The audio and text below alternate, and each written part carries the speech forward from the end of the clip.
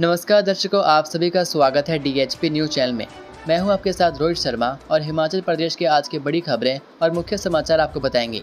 यदि आपने अभी तक डीएचपी न्यूज़ चैनल को सब्सक्राइब नहीं किया है तो कृपया चैनल को सब्सक्राइब करके बेल के आइकन को भी क्लिक कीजिए, जिससे आपको हिमाचल प्रदेश की बड़ी खबरें रोज़ाना मिलती रहें। चलिए जानते हैं आज के मुख्य समाचार। हिमाचल के मणिकर्ण में हुए हादसे में 3 और मृतकों की शिनाख्त। एक संस्थान में पढ़ते थे सभी। मणिकर्ण में गुरुद्वारे के पास पेड़ गिरने से 6 लोगों की मौत में 3 की भी शिनाख्त हो गई है। इनकी पहचान सोमवार सुबह हुई। ये Haryana school of digital marketing Hisar के विद्यार्थी थे। इसमें एक छात्रा और 2 छात्र थे। इनकी पहचान संस्थान में उनके साथी विद्यार्थियों ने की। गुलशन कुमार पुत्र शुक्रचंद, गांव और डाकघर ढाण खुर्द, तहसील हांसी, हिसार, हरियाणा। दिनता कौर पुत्री हरजिंदर सिंह, निवासी हाउस नंबर 469, अमर विहार फेज़ 2 नज़दीक गोदारा पेट्रोल पंप, हिसार। और मनीष कुमार पुत्र महेंद्र कुमार, गांव निवासी वार्ड नंबर 18, रायगढ़ बस्ती, तारनगर, चूरू, राजस्थान के रूप में हुई। इसमें 2 विद्यार्थियों के शवों को पोस्टमार्टम कर संस्थान से आए शिक्षकों और विद्यार्थियों को सौंप दिया, जबकि छात्रा का शव मंगलवार को सौंपा जाएगा। इसके अलावा हादसे में मृतक रीना पुत्री हंसराज, गांव इंद्रवाल, डाकघर बनूल, तहसील बोंजवा, जिला किश्तवाड़, जम्मू कश्मीर। वर्षिणी पुत्री रमेश बाबू, मकान नंबर 2311A, विजयनगर, बंगलुरु। और समीर गुरंग निवासी नेपाल का भी पोस्टमार्टम कर परिजनों के हवाले कर दिया गया।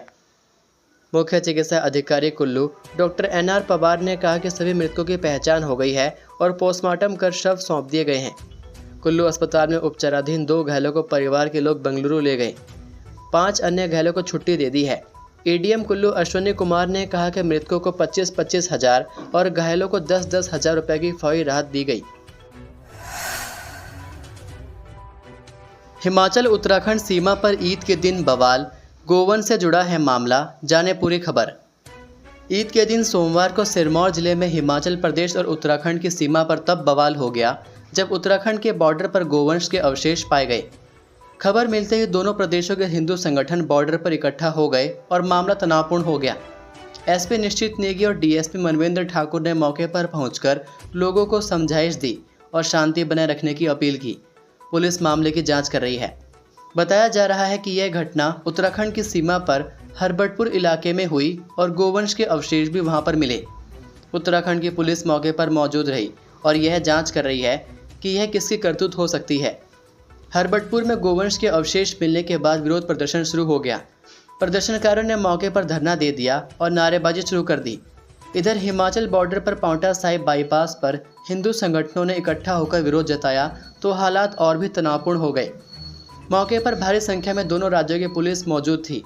ईद का दिन होने के कारण सांप्रदायिक सद्भाव के बिगड़ने की आशंका के चलते पुलिस स्थिति पर बारीकी से नजर रख रही है। SP के मुताबिक चूंकि गोवंश के अवशेष हरबटपुर में ही मिले हैं, इसलिए वहां की पुलिस ने मामला दर्ज कर जांच शुरू कर दी है। उन्होंने यह भी कहा कि पांवटा साहिब पुलिस भी अपने स्तर पर घटना की जांच करेगी। उन्होंने लोगों से संयम बरतने और अफवाहों पर यकीन न करने की अपील भी की है। भागसूनाग वाटरफॉल में गिरने से पंजाब के पर्यटक की मौत, सेल्फी लेते समय पानी में गिरकर हुआ था घायल। पर्यटन नगरी मैक्लोडगंज के भागसूनाग वाटरफॉल में सेल्फी लेने के दौरान पानी में गिरकर घायल हुए पंजाब के पर्यटक की टांडा मेडिकल कॉलेज में उपचार के दौरान मौत हो गई। पुलिस ने शव परिजनों को सौंप दिया है। जस्टिन उम्र 21 वर्षीय, निवासी प्रेम नगर, बटाला, पंजाब, अपने भाई और 2 दोस्तों के साथ धर्मशाला घूमने पहुंचा था। रविवार शाम करीब 7 बजे वाटरफॉल पहुंचा था और सेल्फी लेते समय उसका पैर एक पत्थर पर फिसल गया और वह गहराई में जा गिरा। दोस्तों के शोर मचाने पर स्थानीय युवकों ने तुरंत पानी में कूदकर उसे बाहर निकाला। इसके बाद उसे जोनल अस्पताल धर्मशाला ले गए, जहां से उसे टांडा अस्पताल रेफर किया गया था। टांडा अस्पताल में देर रात 2 बजे युवक की मौत हो गई। ASP कांगड़ा हितेश लखनपाल ने बताया कि वाटरफॉल में हादसे का शिकार हुए पंजाब के युवक की टांडा अस्पताल में उपचार के दौरान मौत हो गई। पुलिस कार्रवाई के बाद शव परिजनों को सौंप दिया गया है। शिमला में 14 साल की नाबालिग से होटल में दुष्कर्म, 26 साल का आरोपी गिरफ्तार। हिमाचल प्रदेश की राजधानी शिमला में एक नाबालिग लड़की के साथ दुष्कर्म का मामला दर्ज हुआ है। पीड़िता की मां ने न्यू शिमला थाना में शिकायत दर्ज करवाई है कि नितिन उम्र 26 वर्षीय निवासी कंडा घाट जिला सोलन उनकी 14 वर्षीय बेटी को बहला फुसलाकर एक होटल में ले गया और वहां उसकी सहमति के बिना उसके साथ दुष्कर्म किया। शिकायत के आधार पर न्यू शिमला पुलिस ने तत्काल कार्रवाई करते हुए भारतीय न्याय संहिता BNS की धारा 64, 65 1B और पोक्सो एक्ट की धारा 4 के तहत मामला दर्ज कर लिया है। पुलिस ने मामले की गंभीरता को देखते हुए तुरंत जांच शुरू कर दी और आरोपी नितिन को गिरफ्तार कर लिया। DSP सिटी विक्रम ने बताया कि आरोपी को गिरफ्तार कर लिया गया है और कोर्ट में पेश किया जाएगा। नशा तस्करी के खिलाफ सरकार की बड़ी कार्रवाई, एक सप्ताह में 8 अपराधियों को पकड़ा। हिमाचल प्रदेश पुलिस विभाग ने नशीले पदार्थों की तस्करी के खिलाफ मुहिम तेज कर दी है। नशे को जड़ से खत्म करने के लिए एक सप्ताह के भीतर 8 आदतन अपराधियों को PIT NDPS में हिरासत में लिया गया है। यह अपराधी नूरपुर, सिरमौर, चंबा, बद्दी बरोटीवाला, नालागढ़ और कांगड़ा से संबंधित है। यह बार बार मादक पदार्थों की तस्करी में संलिप्त पाए गए। मुख्यमंत्री सुक्खू ने नशीली दवाओं से संबंधित अपराधों के प्रति जीरो टॉलरेंस की नीति अपनाई है। पुलिस विभाग को निर्देश दिए हैं कि वह इसमें संलिप्त लोगों के खिलाफ निर्णायक कार्रवाई करें। उन्होंने इस सामाजिक बुराई के खिलाफ कानूनों के सख्त प्रवर्तन को सुनिश्चित करने के लिए पुलिस और अन्य संबंधित विभागों के साथ कई उच्च स्तरीय बैठकें भी की हैं। वर्तमान राज्य सरकार PIT NDPS अधिनियम को प्रभावी रूप से लागू कर रही है। इस अधिनियम के तहत कानूनी पहलुओं की निगरानी के लिए 23 अप्रैल 2023 को हिमाचल प्रदेश उच्च न्यायालय के एक न्यायाधीश की अध्यक्षता में सलाहकार बोर्ड का गठन किया गया है। पहले पत्नी से बहसबाजी, फिर फंदा लगाकर दे दी जान। हमीरपुर जिले में सामने आया मामला। पुलिस चौकी टोणी देवी के तहत एक प्रवासी मजदूर ने फंदा लगाकर अपनी जान दे दी। मजदूर की पहचान सदुल सादा पुत्र सुखो सादा निवासी बिहार के रूप में हुई। 35 वर्षीय सदुल गांव ढांगू डाकघर बारी मंदिर में एक व्यक्ति के पुराने मकान में किराए का कमरा लेकर रहता था। बीते दिन पति और पत्नी मजदूरी करके कमरे में पहुंचे। पति पत्नी में किसी बात को लेकर कहासुनी हो गई।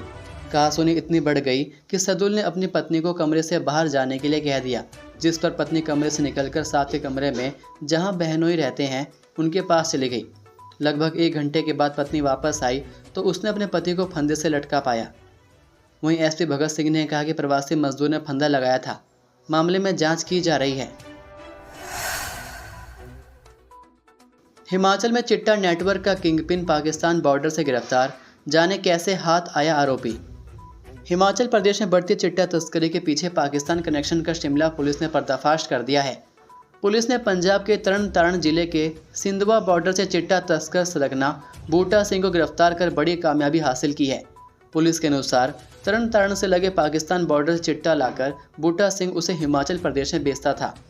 असल में मार्च महीने की 13 तारीख को शिमला पुलिस ने हाटकोटी रोहडू रोड पर 3 युवकों को 252 ग्राम चिट्टा और 4 लाख रुपए की नकदी के साथ पकड़ा था। इन युवकों से पूछताछ में पता चला कि वे एक बड़े तस्कर नेटवर्क का हिस्सा थे जो पाकिस्तान से नशे की सप्लाई हिमाचल तक लेकर आता था। बूटा सिंह ही बॉर्डर पार से आ रहे नशे के रैकेट का सरगना निकला। शिमला पुलिस ने इससे पहले भी पाकिस्तान के बॉर्डर से लगते पंजाब के जिलों में कई तस्करों को गिरफ्तार किया है। फरवरी 2025 में गुरमीत उर्फ गुरी नाम के एक तस्कर को पाकिस्तान से लगे पंजाब के हसनवाला से गिरफ्तार किया गया था। आश्वासन देकर भूली सुक्खू सरकार, सड़कों पर उतरे शिक्षक, आज से कक्षाओं का बहिष्कार। हिमाचल प्रदेश के सरकारी स्कूलों में तैनात वोकेशनल शिक्षक अपनी मांगों को लेकर एक बार फिर सड़कों पर उतर आए हैं। वोकेशनल शिक्षकों ने साफ कर दिया है कि अब वह कंपनी के अंतर्गत काम नहीं करेंगे, ना ही नए शैक्षणिक सत्र 2025-26 के लिए एग्रीमेंट पर साइन करेंगे। अपनी मांग को लेकर वोकेशनल शिक्षक चौड़ा मैदान में धरने पर बैठ गए। दरअसल वोकेशनल शिक्षक प्रदेश के विभिन्न सरकारी स्कूलों में कंपनी के माध्यम से सेवाएं देते हैं। उनका कंपनी के साथ करार 31 मार्च को खत्म हो गया है। ऐसे में अब इन वोकेशनल शिक्षकों ने नया एग्रीमेंट बनाने और उस पर साइन करने से साफ मना कर दिया है। वोकेशनल शिक्षकों का कहना है कि सरकार इन सर्विस प्रोवाइडर कंपनियों को बाहर का रास्ता दिखाए। अपनी मांगों को लेकर अब यह वोकेशनल शिक्षक सड़कों पर उतर आए हैं।